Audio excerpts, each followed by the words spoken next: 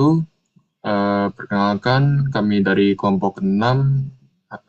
Sekarang kami akan mempresentasikan materi kita, yaitu transportasi publik atau transportasi pribadi. Manakah yang lebih baik? Next. Baik, perkenalkan anggota-anggota kami. Ada saya, Arik Rifit Alfati, dengan NIM terakhir 066.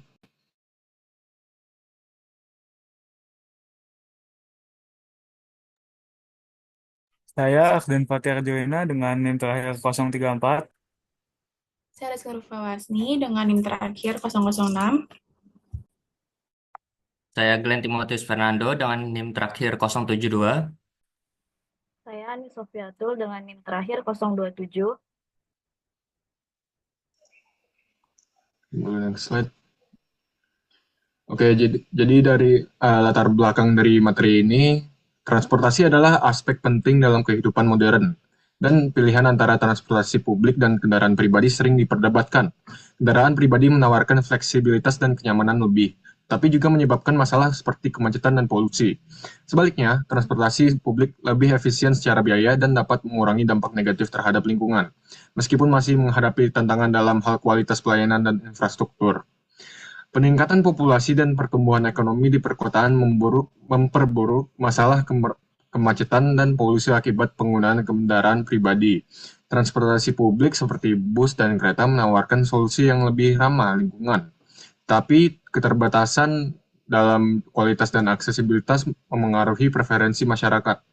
Penelitian ini bertujuan memahami faktor-faktor yang mempengaruhi pilihan antara kedua moda transportasi untuk mendukung kebijakan transportasi yang lebih berkelanjutan.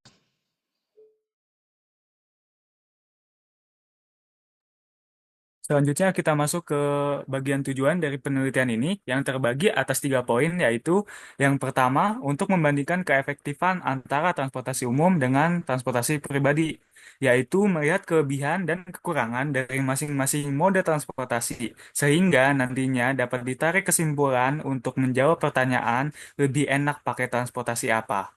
Dan yang kedua, untuk menunjukkan tingkat kepuasan konsumen akan kedua moda transportasi ini, dengan cara menggali preferensi masyarakat terkait penggunaan kedua moda transportasi ini. Lebih condong kemana, transportasi umum atau pribadi. Dan yang terakhir, untuk menunjukkan variabel-variabel atau hal-hal yang perlu ditingkatkan dari kedua moda transportasi ini, dengan menjabarkan poin-poin yang menjadi PR bagi Kemenhub dan Kemen PUPR agar dilakukan perbaikan dan pemeliharaan lebih lanjut terhadap PR tersebut. Next. Kemudian beralih ke metodologi penelitian yang digunakan dalam artikel kami, yang secara penulisan menggunakan metode deskriptif kualitatif, yang menjabarkan hasil analisis datanya menggunakan tulisan secara menyeluruh. Dan teknik pengumpulan datanya menggunakan studi literatur, yaitu metode pengumpulan data dari berbagai jurnal yang dianalisis kecocokannya dengan penelitian yang sedang dikaji. Lalu untuk teknik analisis datanya, kami menggunakan metode tematik, yaitu mencari pola tertentu dan kesamaan pembahasan dalam setiap jurnal dengan fokus utama pembahasannya ialah pembandingan transportasi umum dan transportasi. Selanjutnya, kita dalam penelitian ini kita mengambil sumber dari beberapa artikel, salah satunya yaitu artikel Dilema Sosial Pengguna Transportasi Jakarta, Survei Penilaian dan Niat Menggunakan Transportasi Publik di Jakarta, yang ditulis oleh Rachmadi Parmono pada tahun 2018. Nah, jenis penelitian ini yaitu survei dan studi banding. Apa sih kaitannya dengan penelitian ini? Kendaraan pribadi dianggap lebih menguntungkan dan unggul dibandingkan dengan transportasi publik dalam kategori penilaian, kenyamanan, fleksibilitas, keandalan, kecepatan, dan keamanan. Nah, penelitian ini menunjukkan bahwa kendaraan pribadi lebih cepat dibandingkan kendaraan umum berdasarkan pilihan responden sebesar 72%. Merasa kendaraan pribadi lebih murah dengan presentasi sebesar 29%, sementara 28% tetap memilih kendaraan pribadi meskipun biayanya lebih mahal. Kelebihan dari jurnal ini yaitu pembaca mendapat wawasan yang jelas mengenai preferensi masyarakat terhadap transportasi umum pastinya dan pribadi dan memberikan perspektif yang lebih luas dengan membandingkan transportasi dengan negara lain. Nah, kekurangan dari jurnal ini yaitu tidak membahas bagaimana cara mengimplementasikan beberapa rekomendasi untuk perbaikan.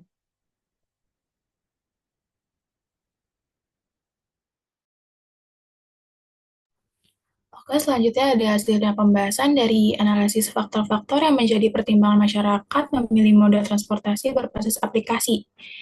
Nah, di sini jenis penelitian penelitian yang dilakukan adalah deskriptif kuantitatif yang melibatkan pengumpulan data primer melalui kuesioner dan wawancara serta data. Lalu penelitian yang terkait dengan artikel kita, berdasarkan informasi yang diberikan, keberadaan angkutan berbasis aplikasi memberikan dampak positif bagi masyarakat pengguna taksi, karena tarifnya relatif murah sehingga dapat mengurangi biaya transportasi.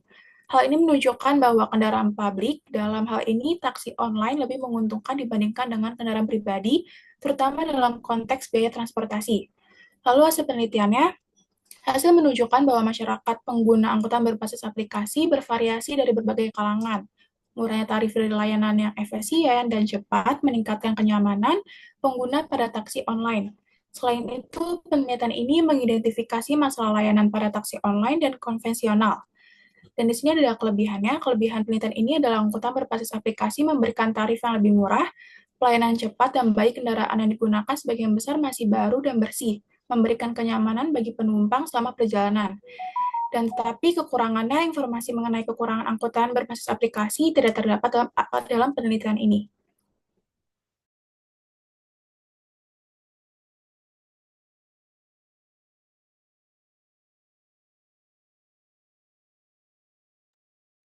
Untuk kesimpulannya, kita dalam memilih transportasi publik dan kendaraan pribadi penting untuk mempertimbangkan kepentingan dan preferensi masing-masing. Penting untuk kita mempertimbangkan biaya waktu, kenyamanan, dan dampak lingkungan dalam membuat keputusan. Transportasi publik yang menawarkan keuntungan seperti mengurangi stres, mencari tempat parkir, dan memberikan kesempatan untuk bersantai. Namun juga memiliki keterbatasan dalam hal jadwal dan fleksibilitas. Di sisi lain, kendaraan pribadi memberikan kebebasan dan kenyamanan, tetapi berkontribusi pada polusi dan masalah lingkungan. Dengan dukungan pemerintah dalam infrastruktur dan peningkatan kesadaran masyarakat, dapat terciptanya sistem transportasi yang lebih efisien dan berkelanjutan.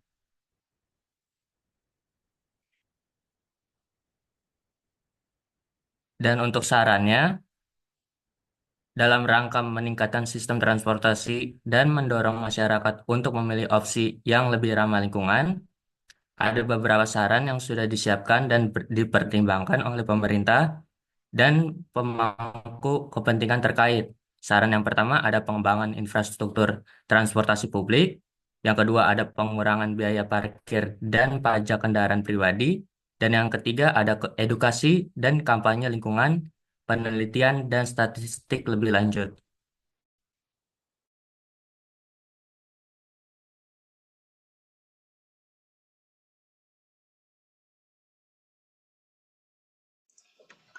Oke, baik. Sebelum kita tutup presentasinya, apakah ada yang mau bertanya? Mau aku. Oke, boleh untuk saudari Jihan untuk bertanya. Nama aku Jihan Tanita dengan NIM 3 digit terakhir itu 069. Nah, gimana sih cara perencanaan tata ruang kota itu dapat mendukung pembangunan transportasi publik yang lebih baik ke depannya? Terima kasih.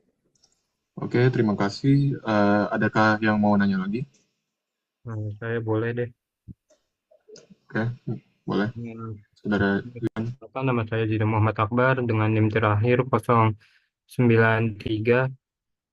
Izin bertanya kepada kelompok 3, bagaimana integrasi antara berbagai moda transportasi publik dapat meningkatkan efisiensi? Ya, terima kasih. Oke, terima kasih.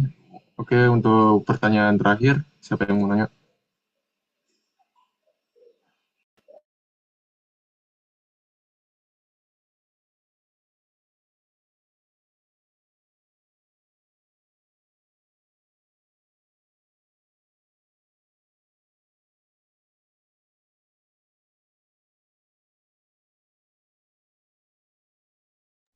Ada yang mau nanya lagi nggak, guys?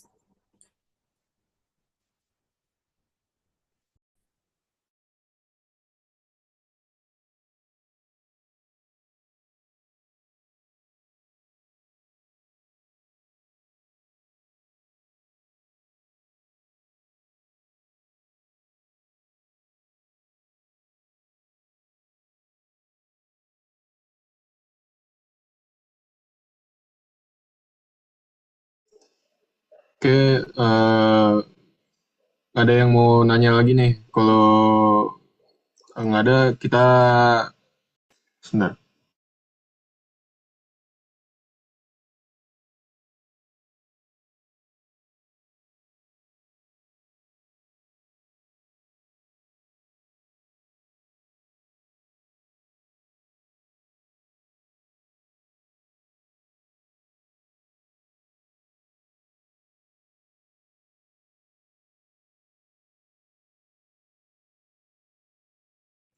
Oke, karena belum ada yang mau nanya lagi, kita jawab dulu ya.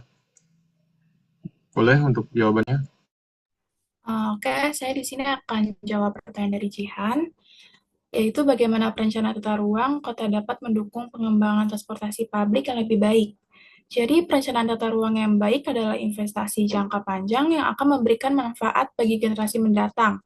Dengan mengintegrasikan perencanaan tata ruang dan transportasi, kita dapat menciptakan kota yang lebih berkelanjutan, nyaman, dan layak huni. Apakah terjawab, Jihan? Jawab, terima kasih kelompok 6. Ya. Baik, selanjutnya saya akan menjawab pertanyaan dari Zidan mengenai bagaimana integrasi antara berbagai moda transportasi publik dapat meningkatkan efisiensi. Nah, integrasi moda transportasi itu kunci untuk membangun sistem transportasi yang efisien, berkelanjutan, dan nyaman.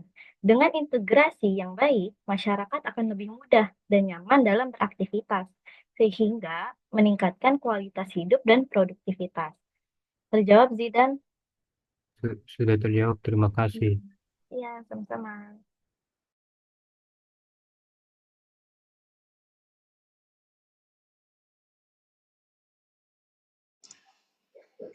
Oke, baik. Adakah yang mau ditanya lagi sebelum ditutup?